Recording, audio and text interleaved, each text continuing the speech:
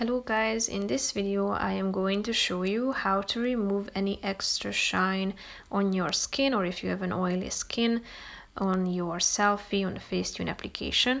But first I just want to mention, don't forget to subscribe to my channel, because at 10,000 subscribers I am going to show you my whole YouTube revenue statistics and growth strategy, how to make money online. So let's jump into it. First of all, open the application on your phone.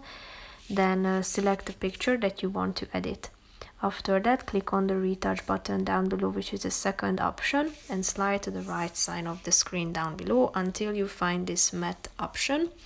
Click on it and zoom in and brush over the areas where your skin is oily. And you can adjust this filter or function by the help of this scale or slide in the middle of the screen.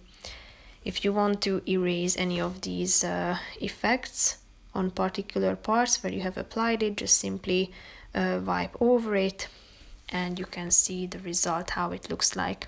If you want to save it, click on the check mark icon down below. So that's pretty much it for this video, guys. See you in the next one. Bye bye.